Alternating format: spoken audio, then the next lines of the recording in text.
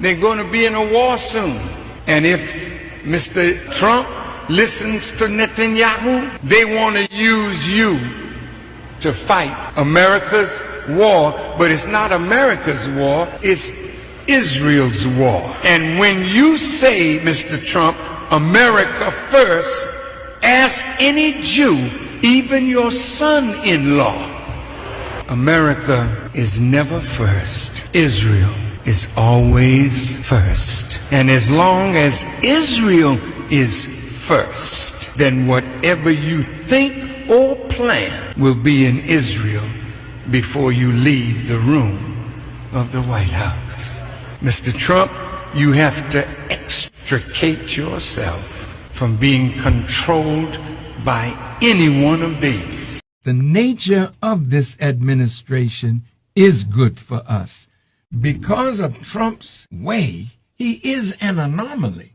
There's never been no president quite like Mr. Trump. There's something that he's doing. Trump is destroying every enemy that was an enemy of our rise. Who's the enemy of our rise? Is it the Department of Justice, where we get none?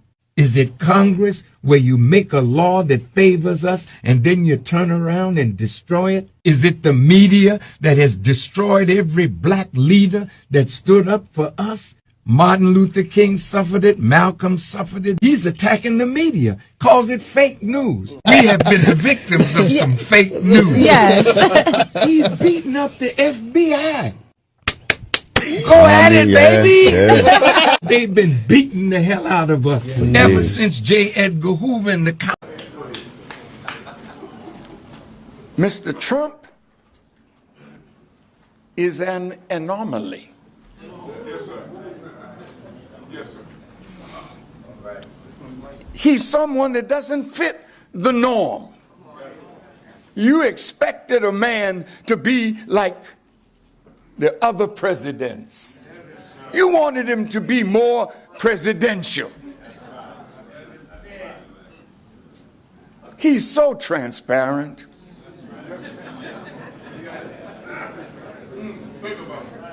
You wanted him to put on a suit and act dignified, like the thieves and robbers that dress in suits and tell lies. You wanted him to be like that.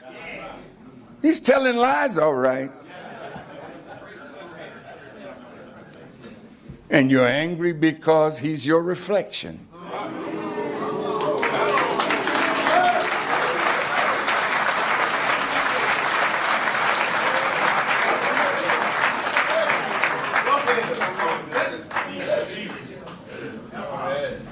He's an anomaly.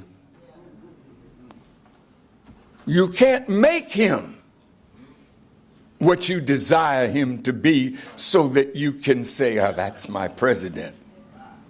He wasn't made that way. God has him here.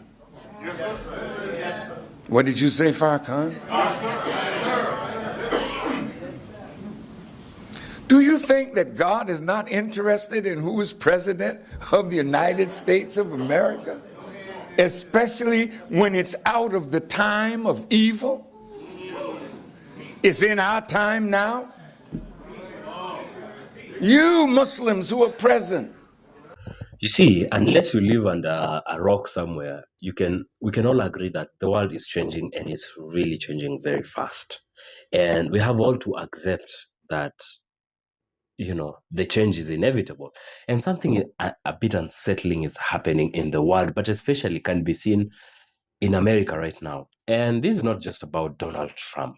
It's deeper than one man, and it's more uncomfortable than politics, and perhaps far more revealing than people are ready to admit, because for the first time in a long, long time, we can say that America is not just arguing with the rest of the world, but it's actually also arguing with itself.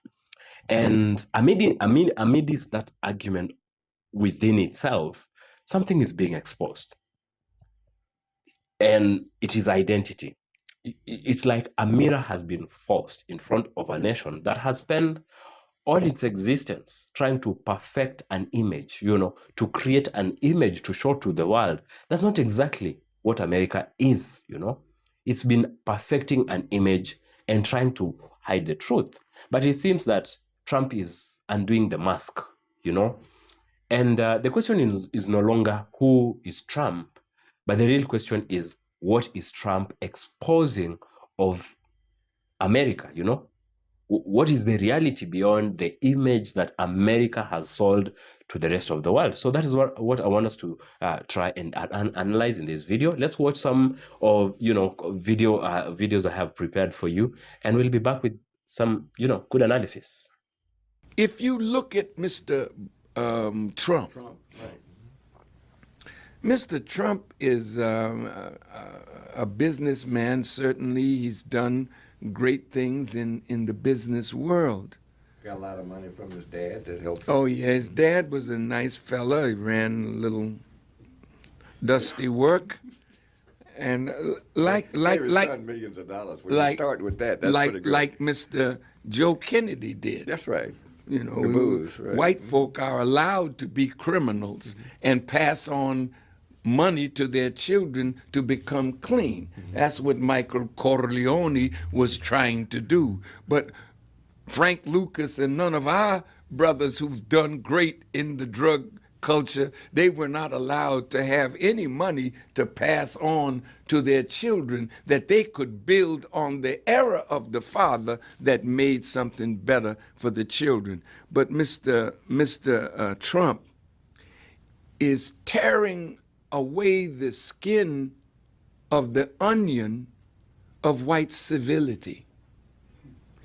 And the more he pulls the skin of that onion back, he's beginning to show something in the character of the whites that follow him, that they don't care what he says. He could say one thing this minute, another thing the next minute, and you could see that the man has a little problem. But he is exacerbating the race situation in America. And I will guarantee you, if he becomes president, he'll take America exactly where America is heading. He'll take you there on a rocket ship.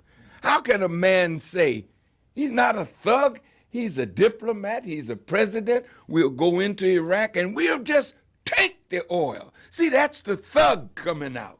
That's that part of the nature of the beast that's manifesting. Well, if he becomes your president, you'll be just like him. And you know what the scripture says? Pharaoh was talking before his demise, and he openly said, me and my people are wicked. And when you get leadership that is not rooted in justice, then they begin to make the people just like themselves. Be careful, America. You're headed into the abyss of hell. And if you make a mistake in choosing your leaders, maybe you'll go there faster. Mr. Trump, this is a message to the president.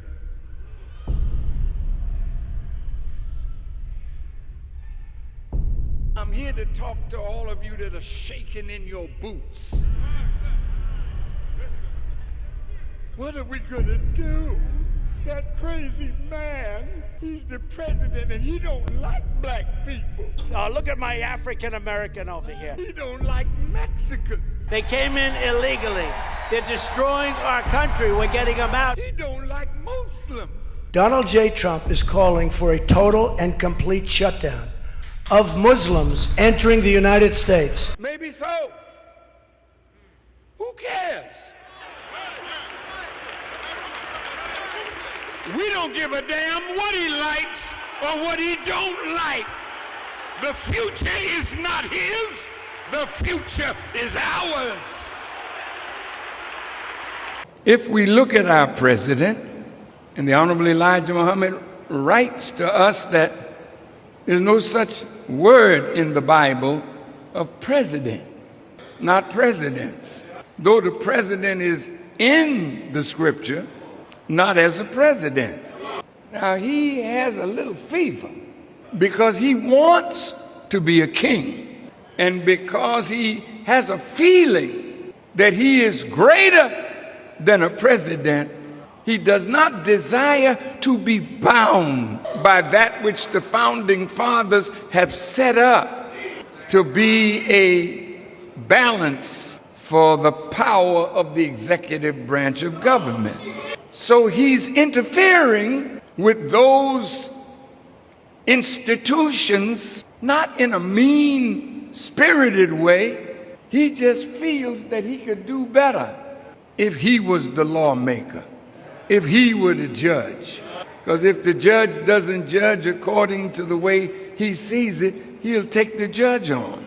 If the attorney general doesn't do what he thinks the head law officer in the country should do, he'll take him on.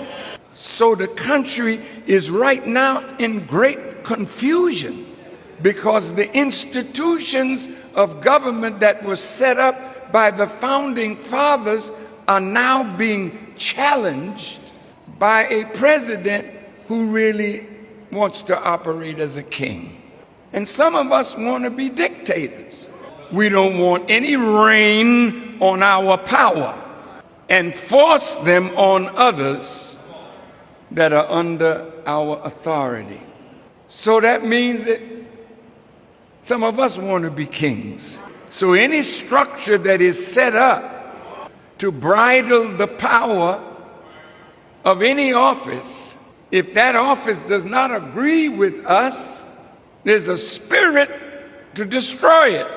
So President Trump is literally destroying the republic that the founding fathers wanted to guide and gird it against what they suffered in Europe from kings. This president has seemed, as the fake news group like to call him, he's a man that is unbridled. So they say he's unpresidential. So clashing is going on among those who are responsible for government. And these are master assassinators. And I have to say to my president, Mr. President, please be careful, because you're upsetting a lot of people. You may win the election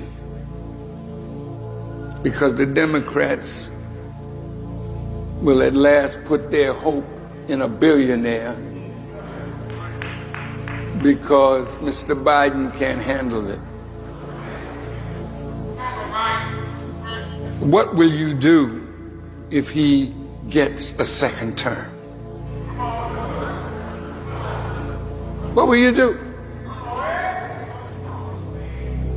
See, the hatred that's building for him because God allowed him to be president. Don't you think that God is interested in who sits in the White House that holds sway over his people that he has chosen to be his people? Mr. Trump, please, you mentioned in some of your writings not to denigrate those who are under your leadership, but you have nicknames for everybody, and you've said some rough things to your generals. Please, Mr. President, this is a country that kills presidents. It'll be the worst mistake that anyone makes to try to kill the president of the United States. He has a work to do. That's right. Does he? What kind of work does God have for him to do? He's doing it. I know America's going to war. But it's a war, President Trump, that you can't win. I know you say you got a lot of juice, $750 billion you're giving to the army, but you're only giving them that which is going to get more of them killed. Let me help you to see. You can win, but you can't win being a thug. You're trying to take Maduro out of office and get control of the largest oil reserve in the world. What kind of president calls somebody in the house of another Guaido and tells him, you can be the next president? But Maduro was voted in. You say, well, it wasn't a free and fair election. Do you remember Jimmy Carter? He'd been watching elections, over 104 of them. And he said, I'm quoting the former president, he said that the voting in Venezuela is some of the best that he has seen in 104 countries where he has looked at elections. Now, I don't know the truth, but I think Jimmy Carter has no reason to lie on Maduro. But you see, when you're a hustler, when you're a thief, when you want to take the oil, remember how the president, when he was running, he said, let's take the oil in Iraq. Take it. See, but your hands will get chopped off today because you're not the power that you think you are. There's a new sheriff in town. I'm not talking about me. I'm talking about the two that back me. Now look, I think, Mr. President, you would be wise to leave President Maduro alone. Mr. Bolton, the man with the mustache, he's in a press conference with his sheep, and he's talking about sending 5,000 troops to Colombia, but he don't know that he got the notes so that the media could take a picture of it.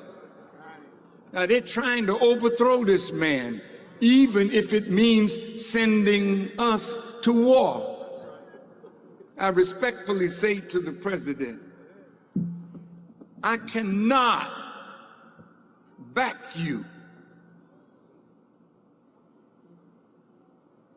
if you're going to send American soldiers to war to die because you want that man out of power and you're meddling in the affairs of his country. I don't think no young soldier should go. Just say, hell no, I won't go. And adopt the Muslim position. We do not believe that we who declared ourselves to be righteous Muslims should be engaged in wars which take the lives of human beings, especially when we have nothing to gain from it. Unless you give us the necessary territory, wherein we'll have something to fight for. But to go and spend our lives so you can use their oil and ruin their country?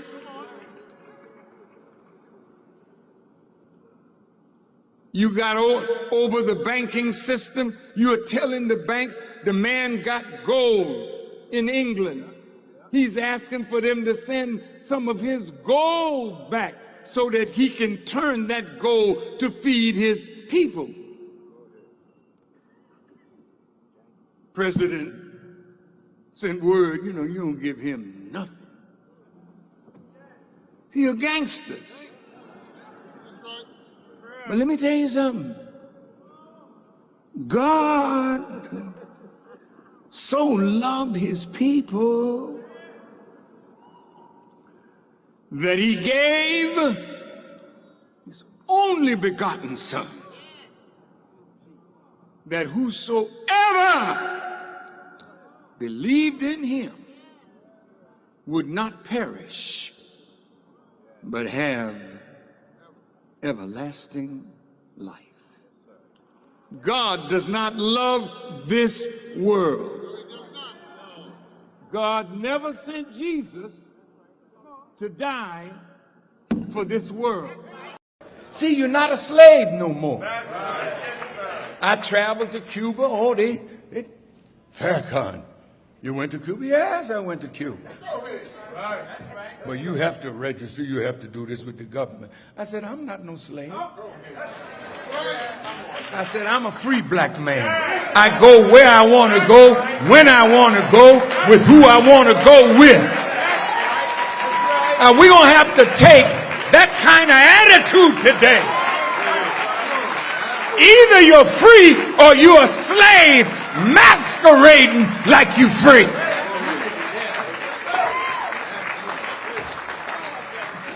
I'm almost there now. You've been so kind to me. Push it real good. Now the white man is going to push. He's putting in place the very thing that will limit the freedom of others. But that's what you needed to bring yourself to the position where you're going to stop arguing over, well, he believes in Allah. I believe in Jehovah. He believes in the Gumpi.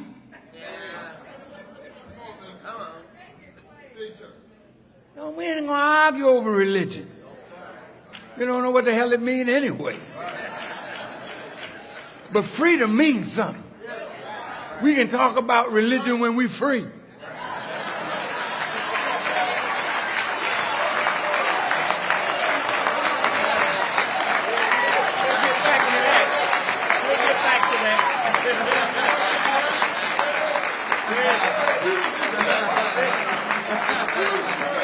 So, my message to Mr. Trump, push it real good.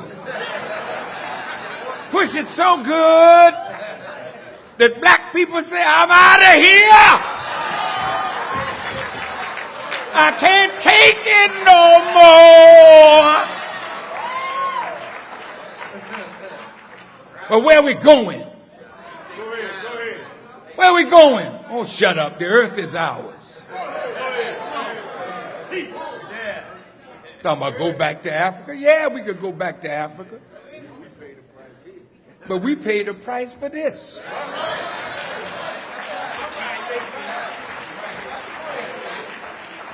That's what Paul Robeson said. My people are here. My struggle is here. I'm not going, you want to fight in Afghanistan? Help yourself. You want to fight in Iraq? Fight in China? Just go ahead, help yourself. But we're not going. Our day of fighting for my enemy is over. See, you gotta think like that. Nah, see, if you're too weak to do that, I'll do it for ya.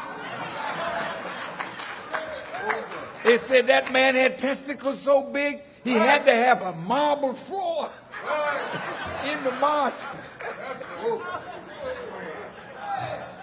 Well, hell, if you got testicles like dried raisins, don't apply for this job.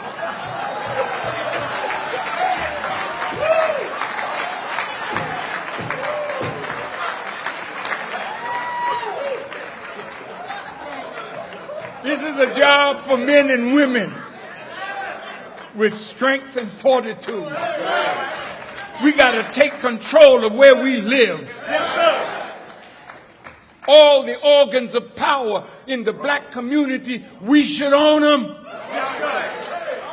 We should control them. What you got to say about that, white folk? Nothing. We don't want to live in your community. We want to take our own community and make it a decent place to live. We want to make it safe for our women and children. And yeah, we'll take the schools in our community. Get out! All right. For many years, voices like Louis Farrakhan and other people like him warned that a figure like Donald Trump wouldn't come to like change America entirely, but they would come to reveal it, remove the mask. And now look around. Americans themselves are no longer, comfortable. And you hear them saying that Donald Trump, for example, is the most unpresidential president they have seen. He's authoritarian, he's reckless. And actually, the reasons they are giving are valid reasons, not because power has suddenly become aggressive, but because it has stopped pretending not to be aggressive. It has always been, but it has always created a different image. Trump didn't invent harsh policies. Harsh policies in America have been there. Redlining was there. Mass incarceration has been there. Police brutality has always been there. But it has perhaps been trying to hide that from the rest of the world. But there are people who knew the truth about America and have been trying to warn, the world and to speak the truth to power.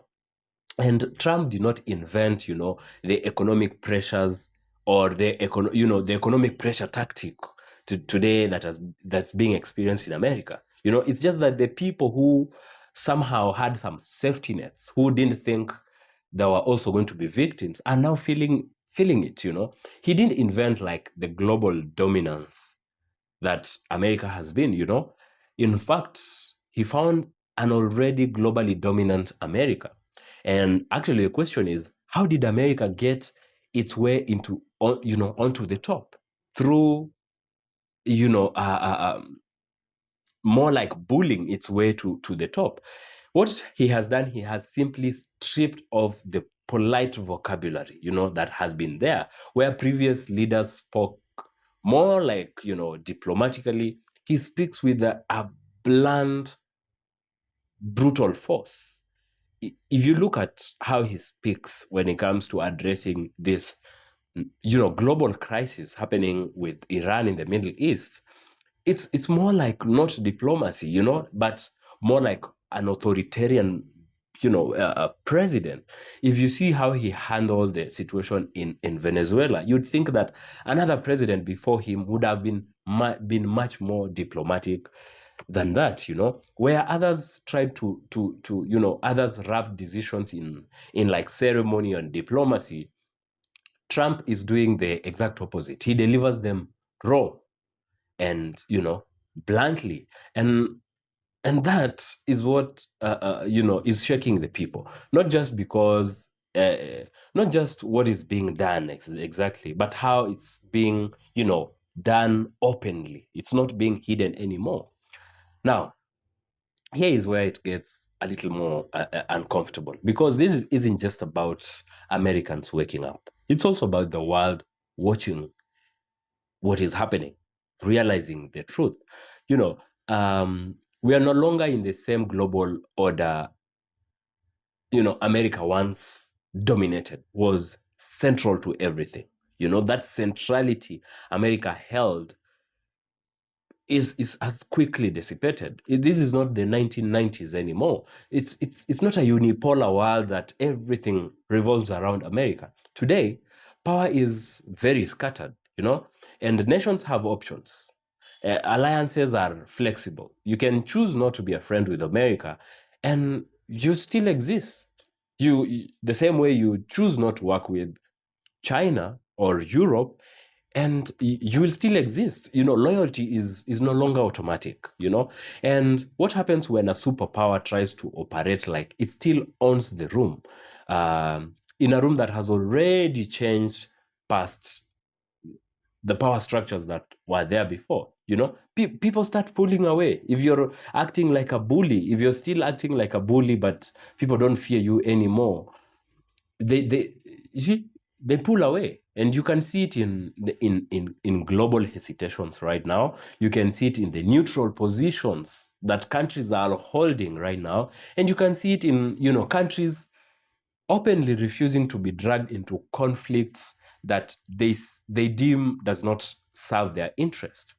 We have seen even America's longest time allies now calculating moves instead of just complying.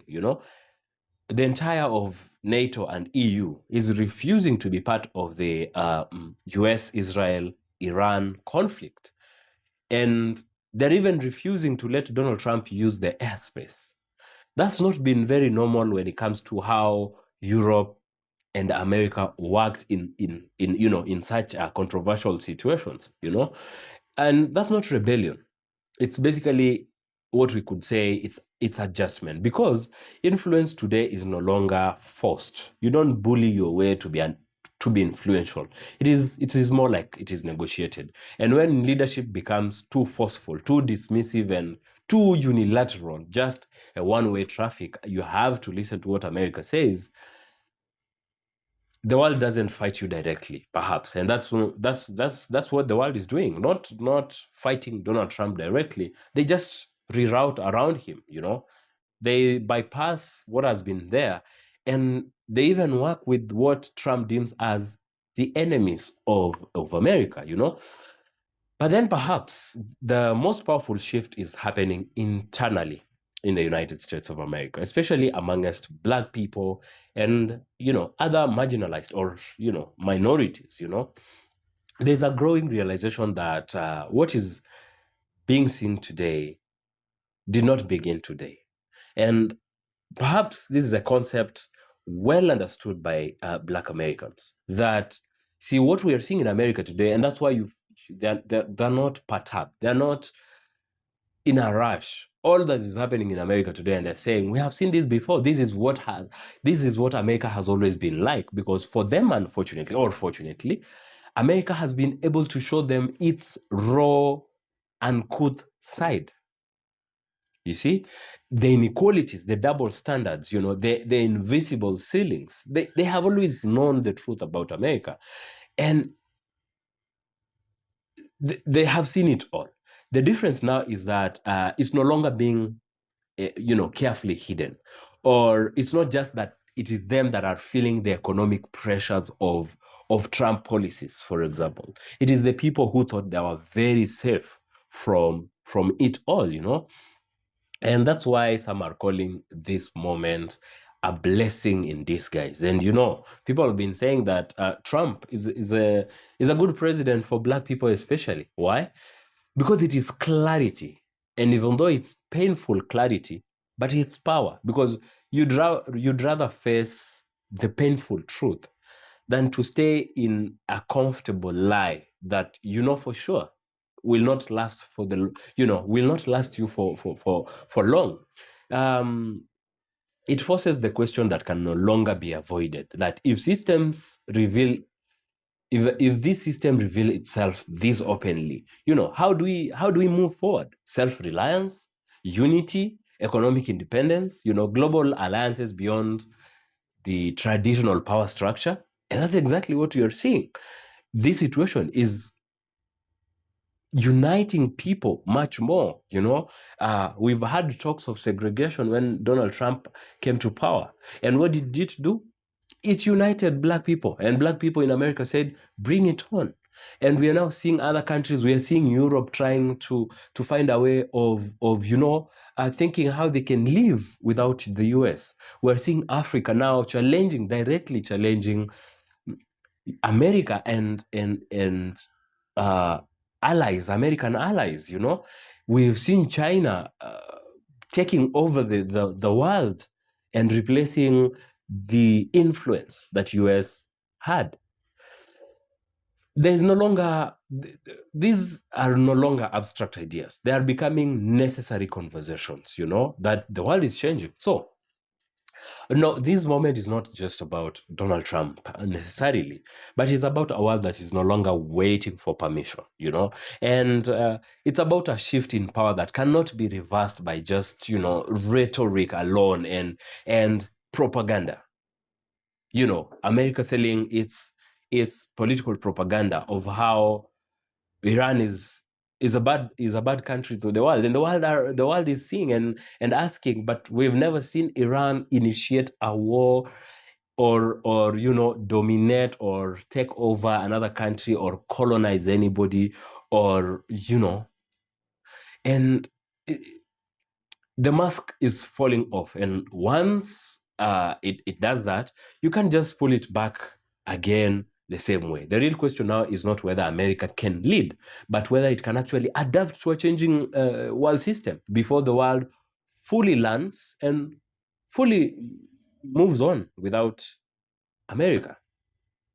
Yeah, and that's a hard question that we have to face, and probably that America has to answer. Yeah, so that's my little take on it. Do share with me what you think in the comment section below. And I'll really, really appreciate, to know what you think about this. Give this video a thumbs up if you like. You can share it as well. And subscribe to the channel if it is your first time, if you haven't. And I'll see you in the next video.